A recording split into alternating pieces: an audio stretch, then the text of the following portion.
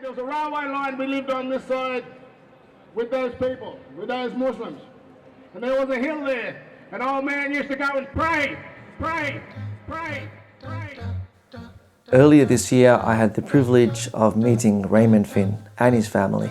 Raymond spoke about his experiences growing up in the small town of Marree in South Australia. Marree used to be a busy town in the late 1800s and the early 1900s. During that time, Marree had a significant Muslim population. In this interview, among other things, Raymond talks about the last of the original Afghan Cameleers. And having hope for, a better future, for us all as we go forward.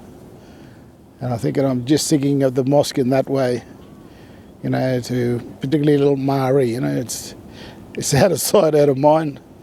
But here were these people, these men that had this faith that they can conquer this desert.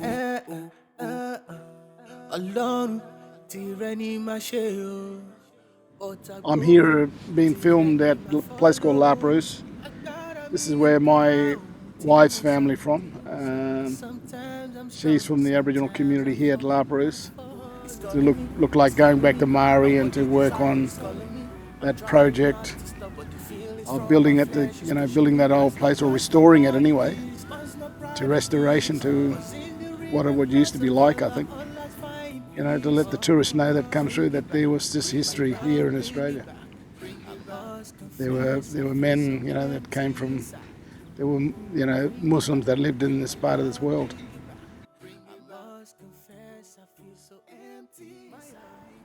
My name's Raymond Finn. I'm originally from South Australia. I grew up in a little place called Marree, and I was from that area, but in the 1960s, my family were actually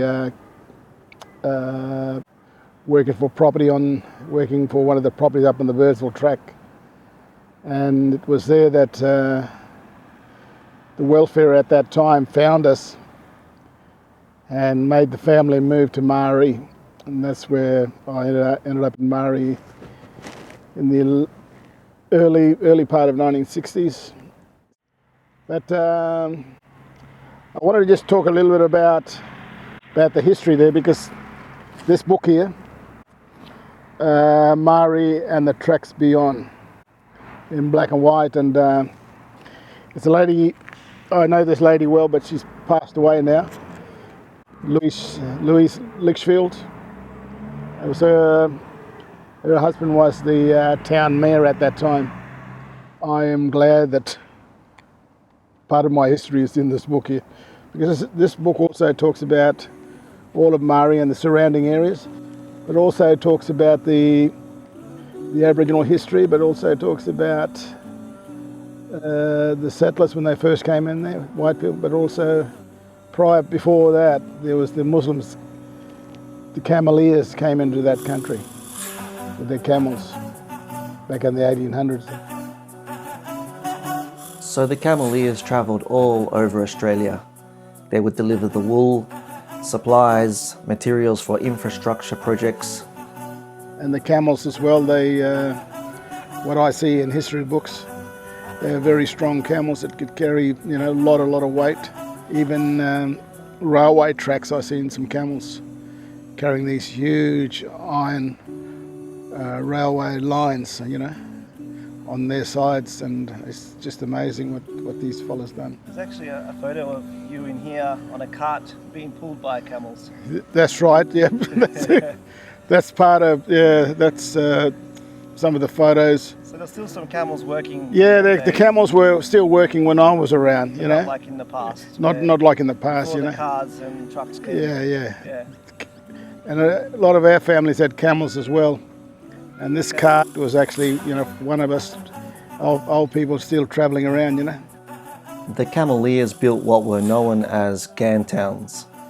These were settlements where they built their communities, and every Ghan town had 1 or 2 mosques.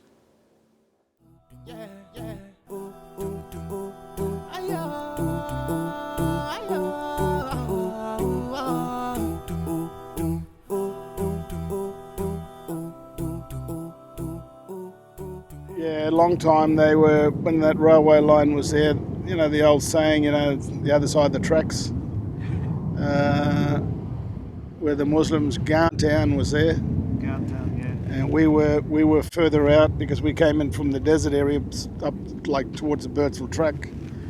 And the missions, the old houses were built for us, galvanised housing, one door, probably 2 windows I remember, and a dirt floor and a wooden stove. There was a stove just to cook, you know, by fire. And that's all we had, and one tap for probably about five, 6 houses. One of the most common building materials in outback Australia was the corrugated iron, and that's why we have so many tin mosques. However, there were some exceptions. For example, the Ghan town in Cloncurry in Queensland in the late 1800s was completely made out of wood.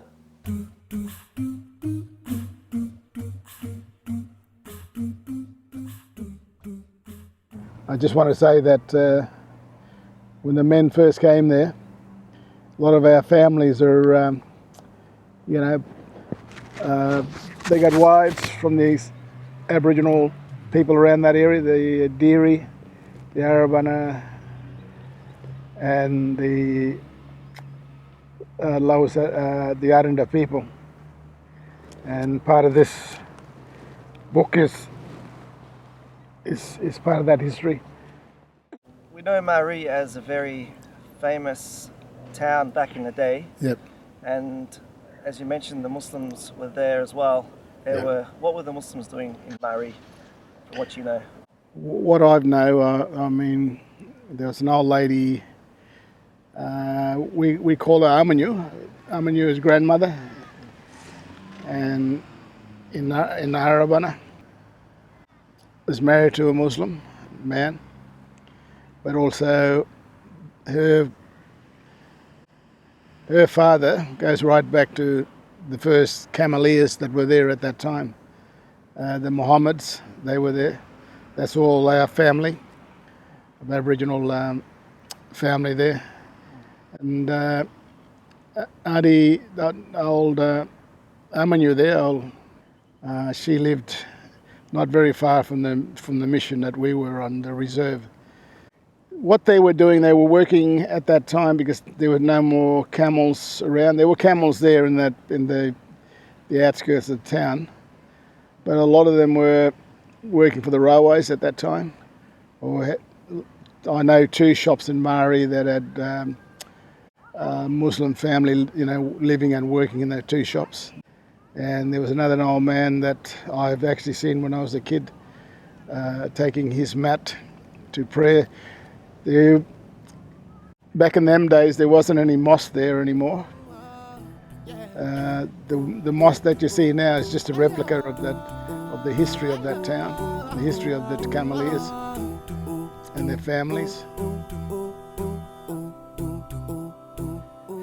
Marree's original mosque was built in the 1880s.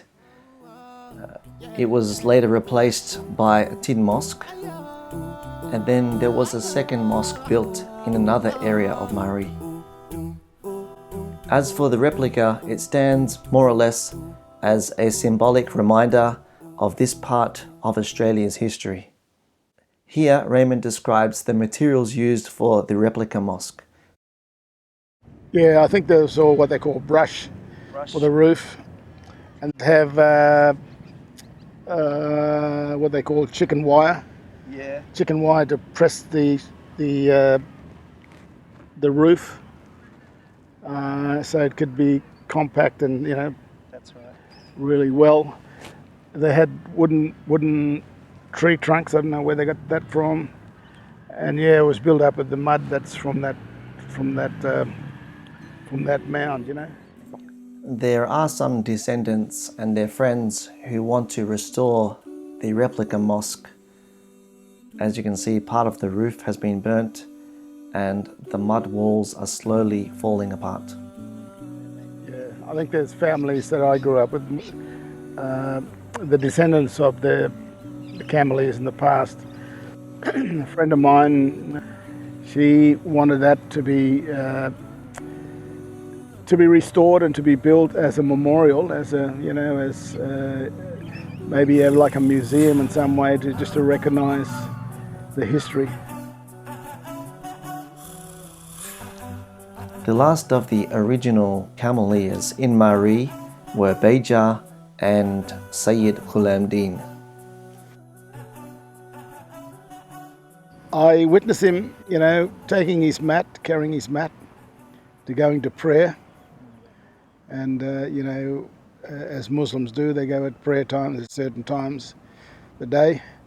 And seeing this old man, where I was playing in the background of the old church, of the old United Aboriginals mission, I seen him actually walking across, and he was going to a certain place where the original mosque was. Okay. But it's not there no more. It's just a mound, and, you know, it's a bit of salt bush here and there. Sayyid Ghulamdin witnessed the destruction of the mosque with his own eyes. He mentions that, "I was crippled up too much to look after it properly, and unfortunately, the younger men, although raised as Mohammedans by their fathers, tended to drift away from the faith after the deaths of their fathers. And I thought it better that the mosque be pulled down rather than become a playhouse for children, who would not treat it with the respect due." When I was there at that time, that mosque wasn't there. It was, you know, pulled down before I, you know, probably went to Marree, probably before my time anyway. Yeah, it says Sayyid Ghulamdin was the last of the original Afghans. Sardine, yeah. So he was buried in the cemetery in Marree, and there's quite a few Afghan graves in this Marree cemetery. Yeah, there is a few of them old people that are buried there. And we got our original cemetery on one side, but you have a separate cemetery for them, the old Muslim, because they're buried at a certain, you know, facing the west, I think, in some way, to Mecca. That's right, yeah. And they're buried that way. They're buried traditional. And I just went back recently for my cousin's funeral last year. It was the first time I had to go back to that funeral, to that cemetery, and bury my cousin there. But yeah.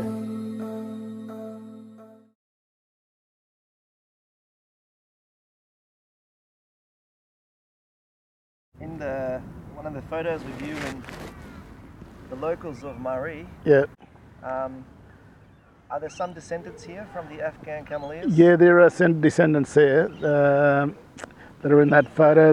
We were all different ages at that time. Yeah. Were they your friends, or you grew up with them? Yeah, sadly, some of them are not here with us here on Earth. Some of them are gone, but the descendants are still there. But some of them are gone. You know, they're gone to different parts of Australia. But their families are going back there now, and they're realising their history. And because of the importance of that mosque that's there at the moment, they want to look after it. They want to, you know, create some sort of a place for them, a place of history. And I think some of our families are for it, some are against it, particularly the Aboriginal families that are there. But some of us, they have blood connections, you know, and you know, that's a great privilege for me to actually talk about this now, you know, talk about this history. I seen it there. I seen the old people, the two old men that were there. Seen them carrying a mat. These old people just wanted to pray to their God, you know, to Allah, and I think that's a great thing that my family and the Aboriginal side of the family and the Muslim that we had a great working relationship, you know, a great sort of relationship with each other at that time in Marree. So it was growing up there was a special time for me, you know, to be a part of that community.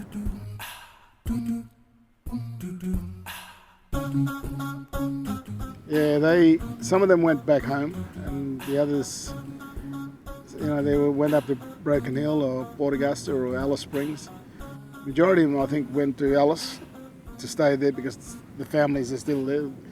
The Aboriginal families that carry that name are still there in Alice Springs, Port Augusta, Broken Hill. They're the descendants of those old men from Marree, that group of people. And the fate of the tin mosques that existed in the Ghan towns in outback Australia was that the materials were either sold or recycled. However, the Historical Society of Broken Hill have restored 2 of their tin mosques. One of those restored mosques has pictures and artifacts on display for tourists to have a look at. Well, that's something that we want to see at Marree as the historical, tourists, to let the tourists know that come through that there was this history here in Australia. There were men, that came from, there were, Muslims that lived in this part of this world. And I think I'm just thinking of the mosque in that way, to particularly little Marree, it's out of sight, out of mind. But here were these people, these men that had this faith that they can conquer this desert. And I think with that faith, I think we can conquer the prejudice and the hatred, and I think it's great. It's a great journey. Thank you. Worries, I refuse it. Let it dissolve from my heart. I don't need it. Negativity, I won't feed it. I don't want it anymore. I don't want it. I will never miss you, no way. But back in the days, you stand next to me. You can go away, never come back. I'm wearing a smile as you turn your back on me. I am free, I am free. No, I'm holding a grudges against you. That's why I'm free. Freedom, it's a part of me. Freedom, now I know what freedom tastes like. Reason, you're the reason that I'm free now. And I pray for you. Freedom.